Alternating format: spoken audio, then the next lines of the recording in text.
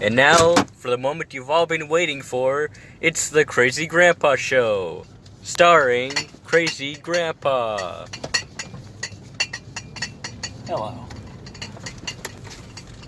Yes, it's a beautiful day here, folks, here in California, where we step into the life of Crazy Grandpa.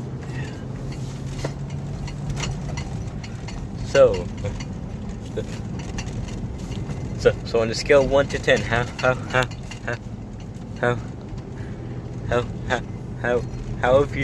has your experience been on the Dog Eat Dog Studio show? Well, it's been a wonderful experience. It's an experience that I would recommend it to anyone who's in the business. Yeah. Hear that? I think I just heard a rooster somewhere.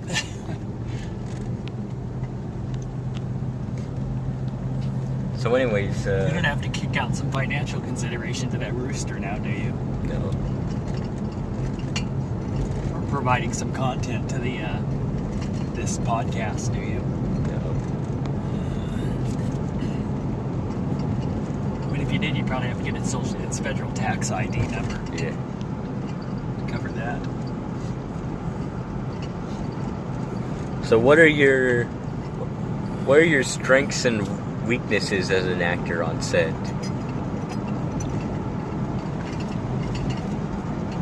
My strengths are a character actor. That's where my strengths are. It takes a character to be a character. Yes, indeed. Some of my weaknesses are probably and I have did some of my own stunts. Lighting a cigarette, pouring some coffee. I did a few stuff like that. Although it had to be menthols and caffeinated coffee. Probably some of my weaknesses would probably be the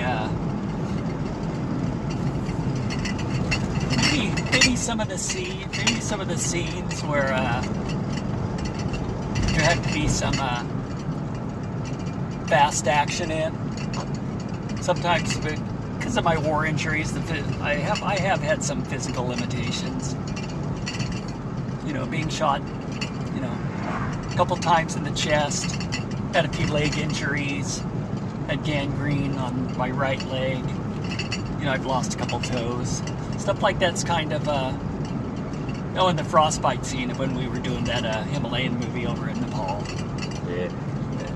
That was on my left leg. That's going to cause me some limitations. But other than that, I try to do my best. I work hard. I try to study my lines, and try to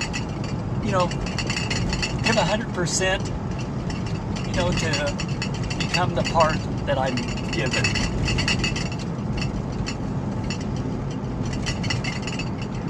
Are there any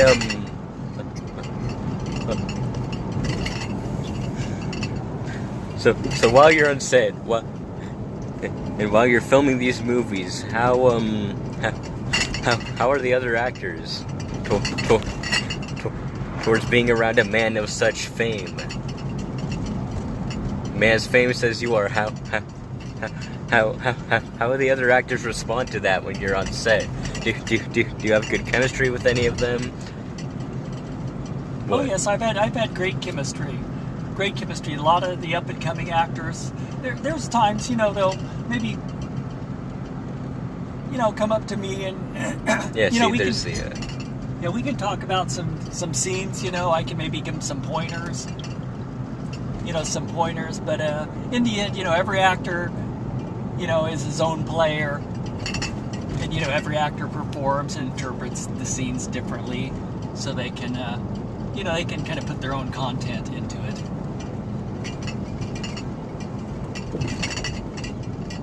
All right, and how would you describe your relationship with the directors and such? Sometimes it's been contentious. Everyone's got different interpretations of the scenes. When you're an upcoming actor, you're just kind of at the whim of the director. But as you get more stature in the industry, you can you can sort of make comments. Maybe you can have a way to maybe kind of help kind of direct or steer the movie into the avenues that, think are proper for, the ideals behind the production. We should probably discuss some of the legal implications of your contract. So as an actor of Dog Eat Dog Studios, how do you feel about the contract limitations and the freedom you're given and the loyalties? Such as do you think you're getting paid enough and stuff like that? Well, an actor never thinks that he's getting paid enough. For all the hard work he does, for all the sacrifices you make. Sometimes it's brutal, and many times you feel like you're not compensated for your work, your thought, the sweat and blood you put into the scene.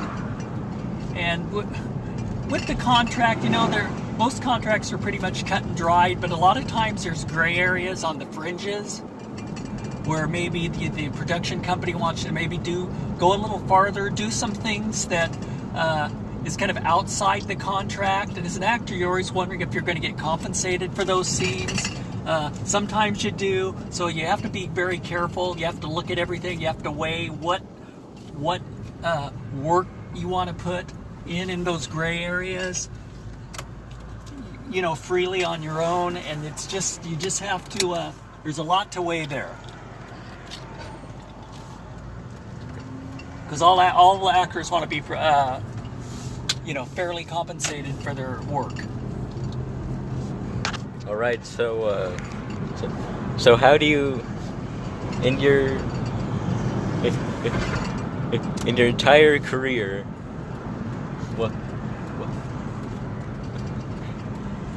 in your entire acting career,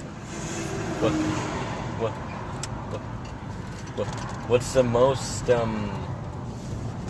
what's the most performance that you ever thought that you could use that you could use just a little bit more help on? Just and just like work on it just a bit more overall. That's difficult to say because I've been in so many different and varied movies. A lot of them were really a stretch for me. One of the movies I enjoyed was the Viking movie we did up.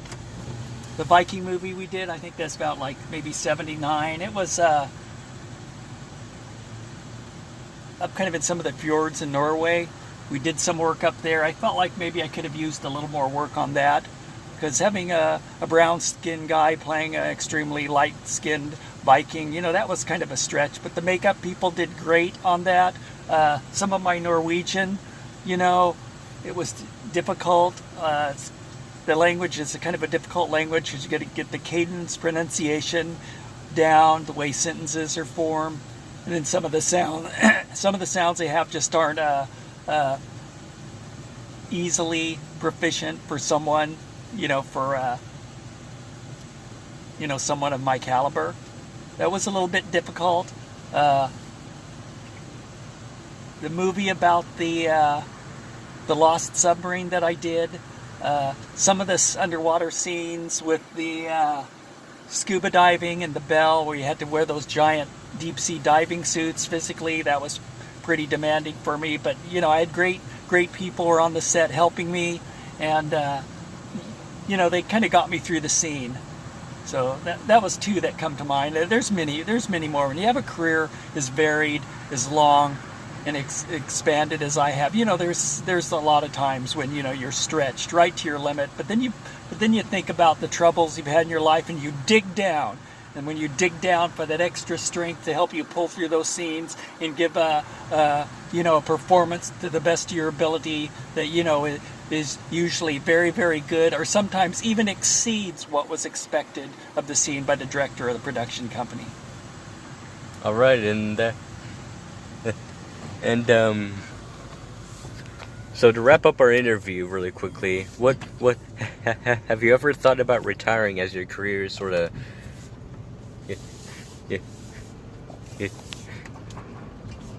You know, as your career kind of...